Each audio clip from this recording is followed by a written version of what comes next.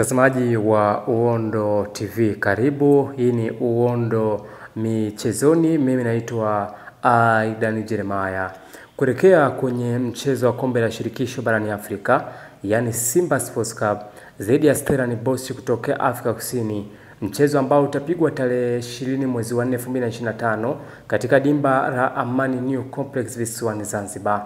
Kupitia kwa mchezaji wa Simba Sports Club, kiungo mshambuliaji Maestro Bablucho Awesu Ali Awesu ameweza kuzungumza mambo kaza kuelekea kwenye mchezo huo. Kipi ambacho amekizungumza Awesu Ali Awesu aka Bablucho? Hiki hapa ambacho tumejipanga vizuri alhamdulillah, na kila mchezaji ambaye alotoka Dar es Salaam alokuja huku wote wako vizuri na wote wana morali wa kucheza mchezo wa Jumapili. Sisi Amani ni uwanja wa nyumbani, sio uwanja wa ugenini, na kila mechi ambayo inaletwa hapa, mechi kubwa, basi Simba naamini inashinda huo mchezo. Kwa wana Zanzibari, dua zao na watukunjulie, kwa sababu hii ni kwa ajili ya nchi, sio kwa ajili ya Simba. Unajua mashindano ya kimataifa tofauti na ligi ya kwetu. Kwa hiyo yani hata approach yake muda mwingi anasema yani muda wote tuwe tayari kwa kufanya kitu chochote, yani tuwe na uharaka zaidi ya vile tulivyokuwa. Kwa hiyo anasisitiza hivyo, tuwe na haraka.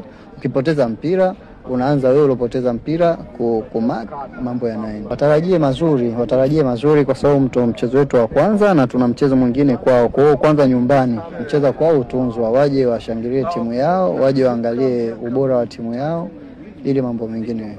Yes, mtazamaji wa Uondo TV, huyo ni kiungo mshambuliaji wa klabu ya Simba Sports, na ni kuelekea kwenye mchezo wa kombe la shirikisho. Amezungumza vitu kaza, lakini moja kati ya kitu ambacho amekizungumza ni maandalizi makubwa, lakini pia uwanja wa Amani New Complex, kwa sababu waga kuna maybe psychology ambao waga inatokea kwa wachezaji, kwa sababu tunajua kwamba kuna wachezaji ambao wanakuwa wameshazoea mazingira ambao wanakuwa wanacheza, kwa sababu au kwa mfano Simba Sports Club au wachezaji wa Simba asilimia kubwa walikuwa wameshazoea uwanja wa Benjamin William Mkapa, lakini nafikiri waga kuna mabadiliko makubwa ambayo waga yanatokea. Ile tunasema kwamba mazingira ya sehemu moja na sehemu nyingine kuna utofauti mkubwa kwa mchezaji, kwa sababu natural ground ambayo au neutral ground ambayo maybe mchezaji amezoea sehemu moja, lakini akienda sehemu nyingine waga kuna vitu ambavyo waga vinabadilika.